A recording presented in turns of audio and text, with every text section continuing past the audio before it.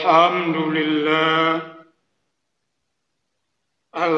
لله الذي تنزيل الكتاب من الله العزيز الحكيم. أشهد أن لا إله إلا الله وأشهد أن محمدا عبده ورسوله صلى الله عليه وسلم لا نبي بعده. اللهم فصل وسلم على هذا النبي الكريم وعلى آله وأصحابه أجمعين. أوصيكم وإياي بتقوى الله فقد فاز المتقون. يا أيها الذين آمنوا اتقوا الله حق تقاته ولا تموتن إلا وأنتم مسلمون.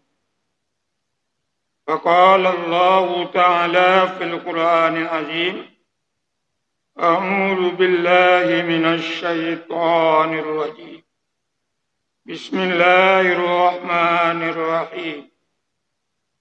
وسارعوا إلى مغفرة من ربكم وجنة عرضها السماوات والأرض أعدت للمتقين الذين ينفقون في السراء والضراء والكاظمين الغيظ والعافين عن الناس والله يحب المحسنين.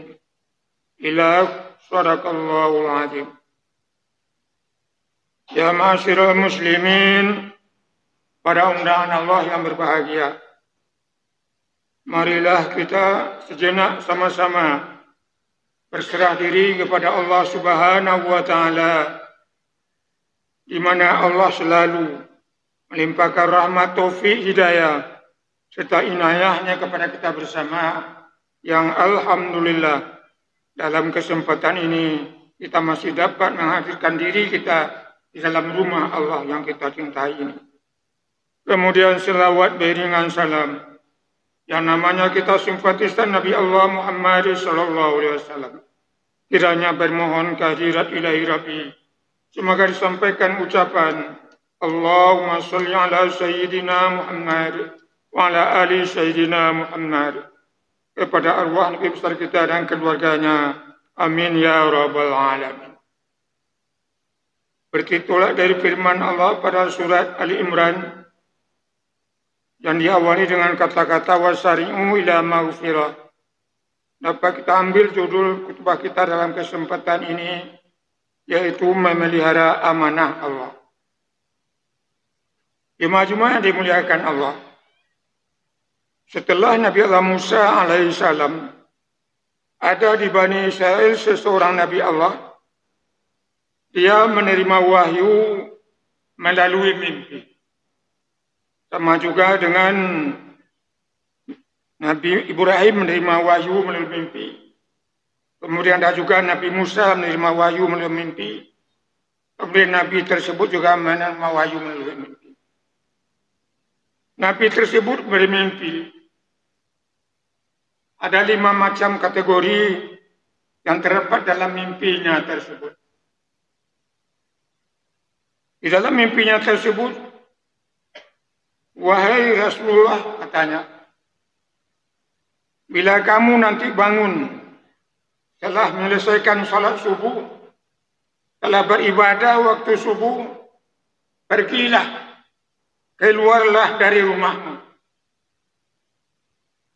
Kemudian apa yang kamu lihat yang pertama, waktu tiba kamu di luar makan. Itu satu.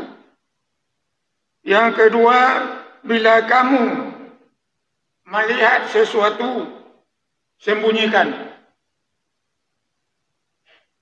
Yang ketiga, bila kamu diberi suatu kepercayaan, laksanakan. Sedangkan yang keempat, bila kamu ada orang mohon pertolongan, tolonglah.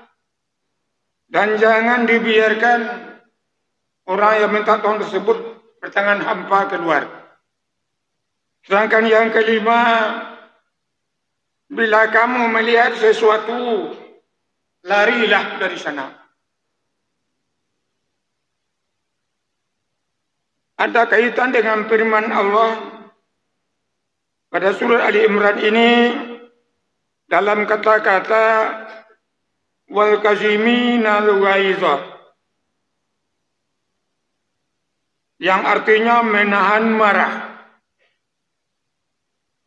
Dikala seorang Nabi Allah tadi keluar dari rumahnya, dia melihat sebuah bukit yang berwarna hitam.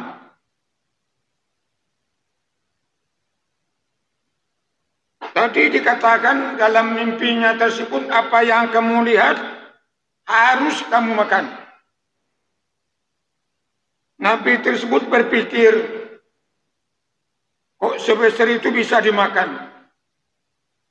Tapi karena keyakinan dan kepercayaannya, ketakwaannya kepada Allah, biarlah dia tujulah bukit yang hitam itu,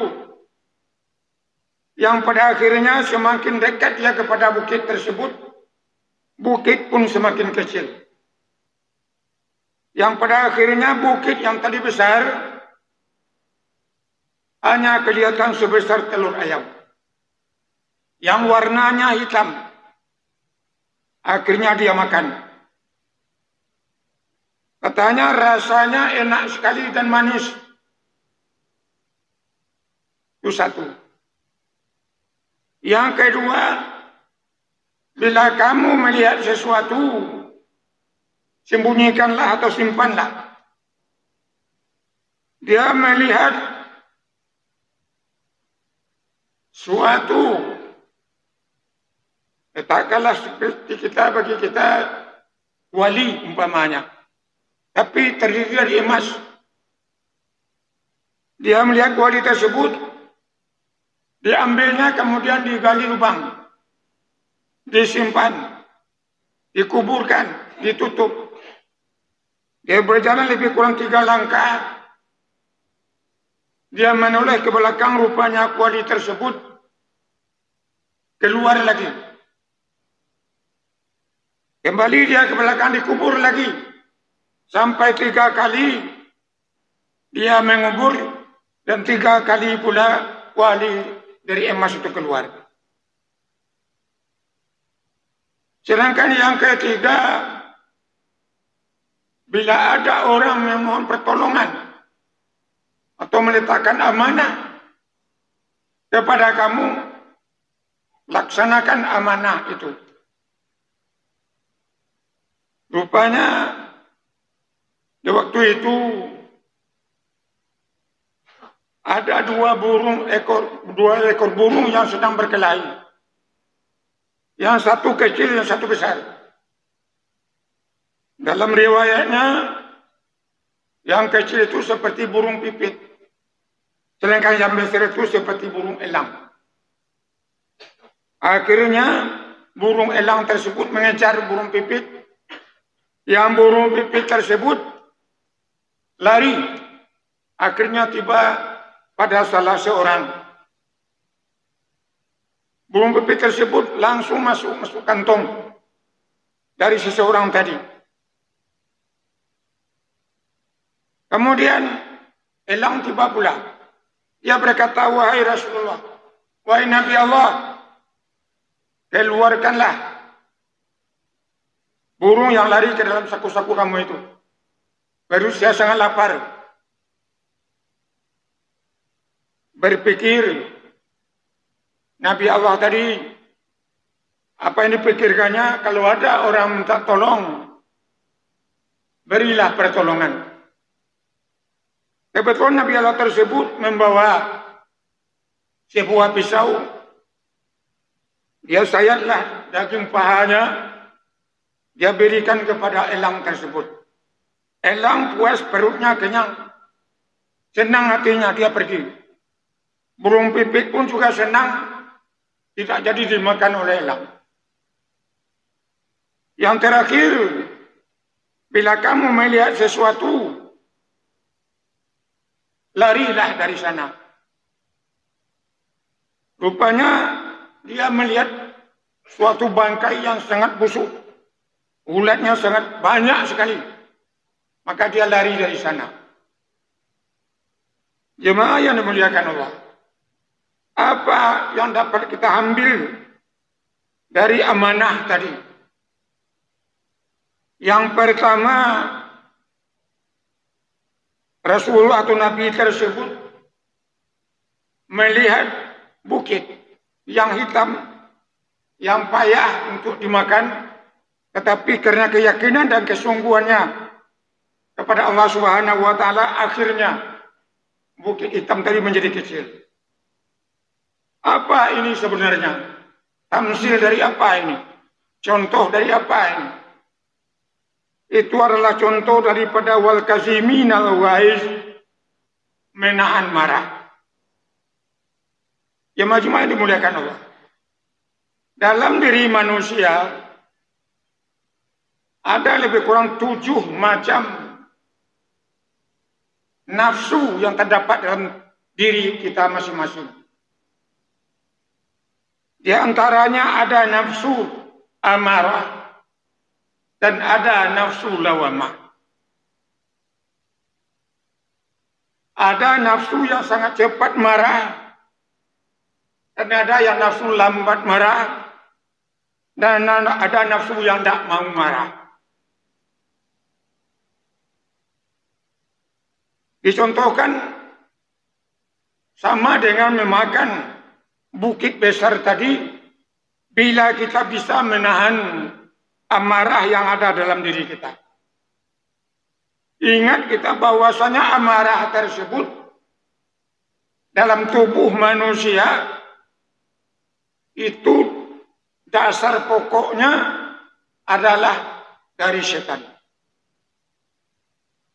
Setan itu yajri minadam innas, bisa masuk ke seluruh jalur darah yang ada pada kita manusia. Maka setan ini dengan darah tersebut asalnya sama. Dijadikan oleh Allah Subhanahu wa Ta'ala, setan berasal dari api, darah juga berasal dari api. Bila kita bisa menahan amarah tersebut, berarti menanglah kita. Dalam tubuh manusia, berkaitan dengan masalah setan tadi, ada 2 pokok pangkal. Terletak di belakang kepala, terus ke bawah, yang sebelah kanan, di dada itu ada namanya akal. Kemudian yang sebelah kiri turun ke bawah, di dada sebelah kiri terletak namanya nafsu. Kemudian yang akal tadi terus ke bawah. Di sana ada namanya Allah berikan kepada kita malaikat yang bernama Malhamah. Sedangkan sebelah kiri juga ada makhluk halus yang namanya waswasa. Inilah jemaah yang dimuliakan Allah, yang selalu berperang, bertengkar di dalam tubuh kita manusia. Mana yang menang? Kalau menang sebelah kanan, selamatlah diri kita, dunia dan akhirat. Kalau menang sebelah kiri, hancurlah diri kita. Dunia hancur, di akhirat apalagi.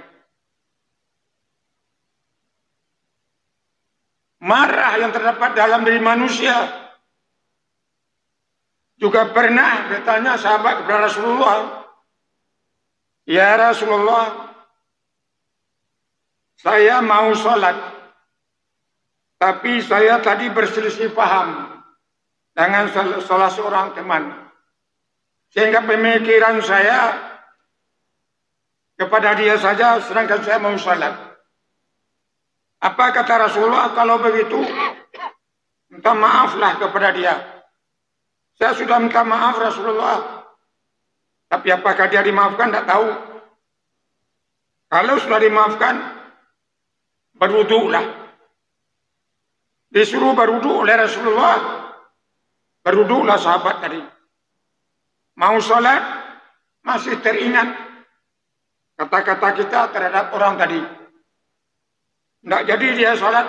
Tanya lagi kepada Rasulullah, ya Rasulullah, masih teringat ya Rasulullah? Kalau masih ingat, mandilah. Mandilah sahabat tadi. Mandi dengan sempurna disebut dengan mandi taubat. Ada namanya mandi taubat. Mungkin kadang-kadang kita, kok ada pula mandi taubat. Memang seharusnya begitu. Kalau kita sudah berbuat dosa besar, itu termasuk dosa besar. Berkaitan dengan manusia, sebab nanti dia tali bertali. Sangkut bersangkut antara si A dengan si B, yang mereka itu dalam keadaan bermusuhan. Dan tidak saling bermaafkan, dia mati. Seharusnya lah kita sudah bermaafan dengan seseorang tadi, kemudiannya disuruh Rasulullah berwudu, kemudian disuruh Rasulullah mandi. Kalau masih ada juga mungkin taubat kita belum sempurna, maka disunatkan kita mandi taubat. Berniat mandi taubat itu, bukan tidak berniat, tidak asal mandi. Sama juga dengan mandi sunat Jumat ini. Kalau bapak-bapak saudara tadi berniat menjelang Jumat ini mandi, niatnya sengaja mandi sunat Jumat lillahi ta'ala, atau karena Allah subhanahu wa ta'ala. Air mencurah di kepala, kita berniat. Insya Allah dosa kecil kita dari Jumat sekarang sampai Jumat depan habis. Nah, itu diniatkan mandi, pakai niat. Sebab niat ini merupakan hal yang paling pokok dalam segala bentuk ibadah yang kita lakukan. Yang kedua, jemaah yang dimuliakan Allah, tadi dia melihat suatu bejana atau kuali dari emas, dia kubur, keluar lagi, dikubur, keluar lagi, dikubur, keluar lagi. Apakah itu? Rupanya hal yang demikian setiap kebaikan yang kita buat. Orang kita pernah mengatakan memberikan kebaikan dengan tangan yang kanan dan tidak tahu tangan yang kiri. Apa maksudnya? Memberi, menolong hanya reda Allah subhanahu wa ta'ala. Walaupun bagaimanapun kita menyembunyikannya, Allah akan memperlihatkan kepada kita. Sehingga dikatakan oleh orang kita, harimau mati meninggalkan belang, gajah mati meninggalkan gading, manusia mati meninggalkan nama. Sehingga hanya sampai sekarang Nabi Muhammad SAW masih nama Nabi bagi kita. Selaku umatnya selalu kita bermohon kepada Allah semoga arwah beliau diselamatkan oleh Allah dan dapat kemuliaan kepada kita nanti di akhirat. Itu yang kedua tadi. Sedangkan yang ketiga, jemaah yang dimuliakan Allah, itu yang tadi, memelihara amanah Allah. Apa amanah yang diberikan oleh Allah kepada kita?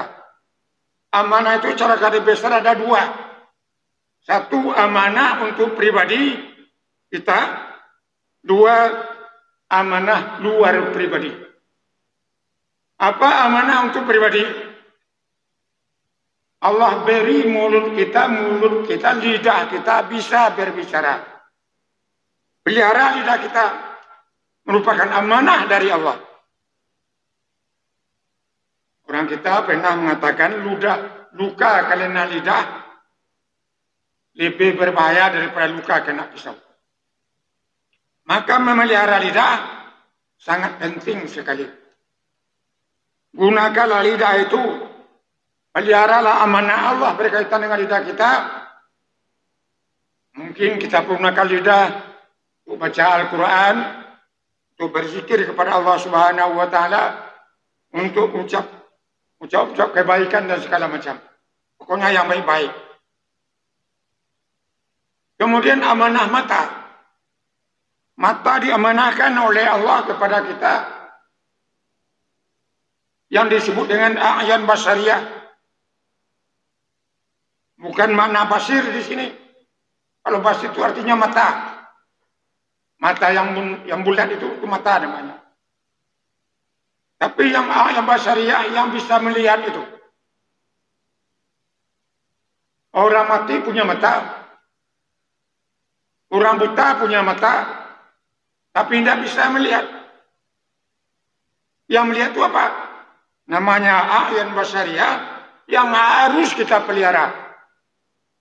Hal ini akan kita pertanggungjawabkan di hadapan Allah Rabbul Jalan nanti. Telinga. Dalam bahasa Arabnya uzun. Di dalamnya terdapat namanya sami'. Yang mendengar. Kalau yang mendengar itu bukan uzun. Uzun ini telinga. Banyak orang punya telinga tapi tidak bisa mendengar. Tapi kalau sami' ada di dalam, walaupun kecil lubang telinganya, mendengar dia. Kita pergunakan telinga kita kepada yang benar. Agar telinga kita ini dapat kita pertanggungjawabkan di hadapan Allah Rabbul Jalan nantinya. Kemana kita pergunakan telinga kita. Kemudian yadain, dua tangan. Amanah diberikan Allah kepada dua tangan kita. Kemana kita pergunakan dua tangan kita? Apakah sesuai dengan reda Allah atau tidak? Kemudian rajulain, dua kaki. Apakah kita pergunakan kaki sesuai dengan reda Allah atau tidak? Ini akan kita pertanggungjawabkan nanti. Yang paling di dalam adalah hati. Hati diberikan Allah kepada kita, diamanahkan Allah kepada kita untuk bisa mempertimbangkan mana yang baik, mana yang buruk. Antara sebelah kanan tadi disebut dengan malhamah dan sebelah kiri ada waswasa, di tengahnya itu ada namanya hati kecil. Hati kecil inilah yang bisa mempertimbangkan mana yang harus diikuti. Dasarnya apa? Hati kecil ini dasarnya ad-din, agama. Kita pernah membaca uretan-uretan dari salah seorang profesor. Dia mengatakan yang namanya Habibie. Habibie menulis, kita membaca tulisannya. Wahai diriku, katanya.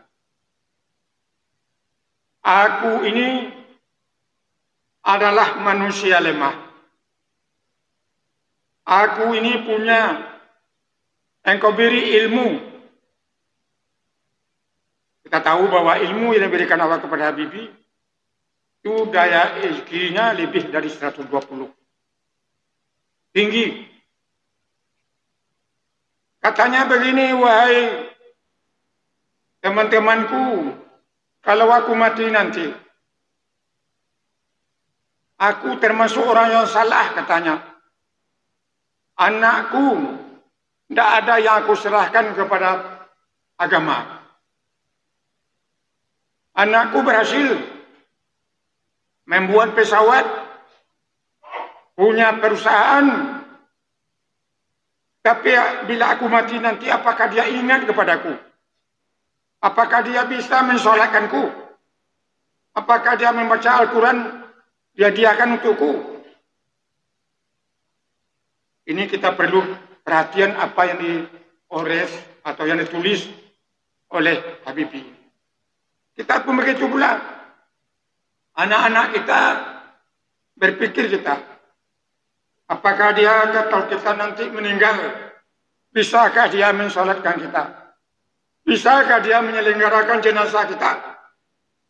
Bisakah dia mendoakan kita? Sekarang orang lebih fokus masalah duniawi dibanding daripada ukrawi. Jemaah-jemaah yang dimuliakan Allah. Itu salah satu penyesalan dari Profesor Haji Habibie tersebut. Dia tidak menyalahkan anaknya kepada sekolah agama. Di kala itu dia belum meninggal, dia meninggalkan oretan-oretan seperti itu. Bagi kita bisa juga kita ambil tamsil. Contoh, bagaimana kita anak-anak kita nanti bisa enggak mensalatkan kita. Bila kita meninggal, bisa enggak dia menyelenggarakan jenazah kita. Mohon maaf, banyak anak-anak kita sudah sarjana dia. Ditanya, kamu yang jadi imam salat bapak kamu? Enggak bisa, Ustaz. Ustaz sajalah. Seharusnya yang lebih dekat adalah anaknya. Sekarang dipercayakan kepada orang lain. Malang enggak kiranya kita yang punya anak? Si bapak malang itu. Itu makanya jemaah dimuliakan Allah. Dalam mendidik anak ini, bukan hanya dengan uang, tapi didiklah dengan agama. Mohon maaf jemaah-jemaah dimuliakan Allah. Betapa banyak anak-anak kita yang kurang memperhatikan keadaan. Bagaimana keadaan orang tuanya di alam barzakh. Penyebabnya hanya kita. Sebagai contoh, kita pernah membaca sebuah buku berkaitan dengan masalah pendidikan. Kapan kita mulai mendidik anak kita ini? Maka di sana dikatakan, mohon maaf, syarat batu lonjang ada di sisi samping.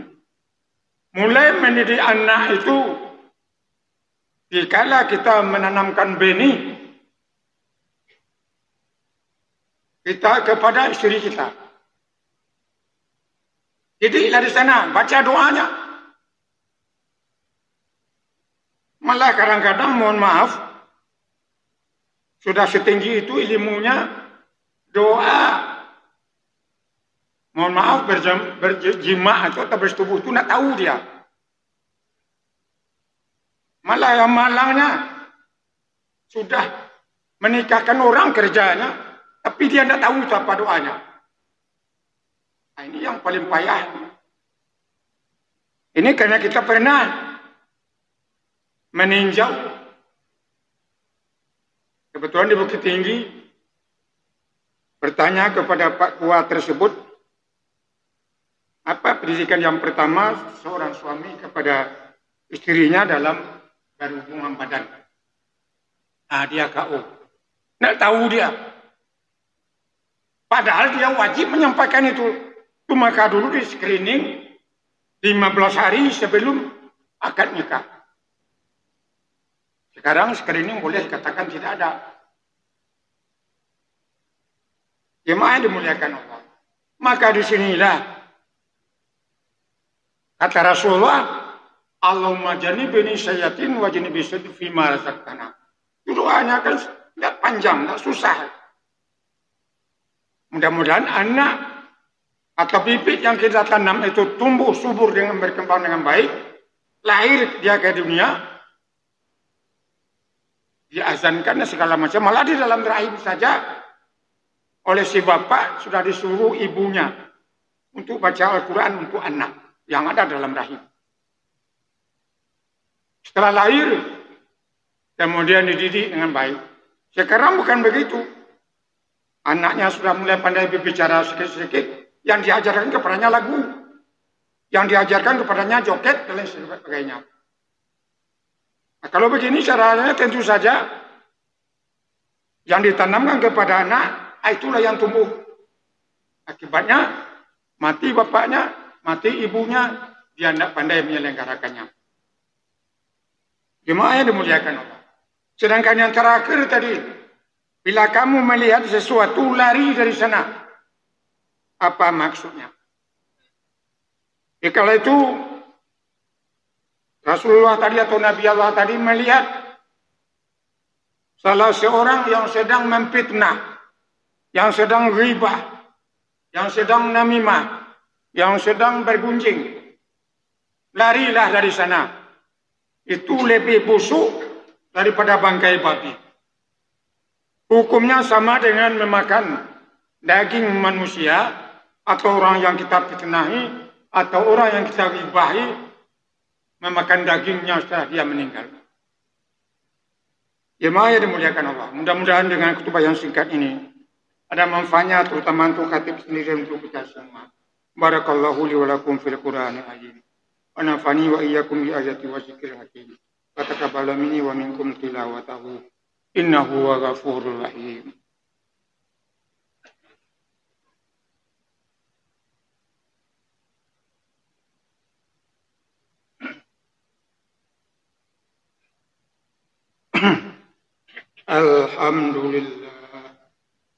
Alhamdulillahi Rabbil Alamin. Wa bihi nasta'in ala umuri dunya waddin. Ashhadu an la ilaha illallah wa ashhadu anna Muhammadan abduhu wa rasuluh sallallahu alaihi wasallam la nabiyya ba'da. Usikum wa iyaya bitaqwallahi faqad fazal muttaqun. Ya ayyuhallazina amanu taqullaha haqqa tuqatih wa la tamutunna illa wa antum muslimun. Faqala Allah ta'ala fil Qur'anil azim. Bismillahirrahmanirrahim. Qul huwallahu ahad. Allahus samad. Lam yalid wa lam yulad wa lam yakul lahu kufuwan ahad. Allah wa malaikatahu yusalluna 'alan nabi. Ya ayyuhallazina amanu sallu 'alaihi wa sallimu taslima. Allahumma shalli 'ala Muhammad wa 'ala ali Muhammad. Kama shallaita 'ala Ibrahim wa 'ala ali Ibrahim. Ala Muhammad wa 'ala ali Muhammad. Ma barakta 'ala Ibrahim wa 'ala ali Ibrahim fil 'alamin innaka Hamidum Majid. Allahumma ighfir lil muslimina wal muslimat wal mu'minina wal mu'minat bi rahmatika ya arhamar rahimin. Allahumma ighfir lana dhunubana wa li abaina wa li ummahatina wa li abnaina wa li azwajina wa li zawjina wa li jaddina wa li jaddatina wa li qaribina wa li ustazina wa li arwahil muslimina wal muslimat wal mu'minina wal mu'minat bi rahmatika ya arhamar rahimin. Allahumma ajirna minan nar. Allahumma ajirna minan nar. Allahumma ajirna wal walidayna minan nar. Atina fid dunya hasanah wa fil akhirati hasanah wa qina azaban nar. Ibadallah. Ya'muru bil 'adli wal ihsan wa yadhkuru wa yanha 'anil fahsya'i wal munkari wal baghi. Ya'idhukum la'allakum tadhakkarun. Fazkurullah yazkurkum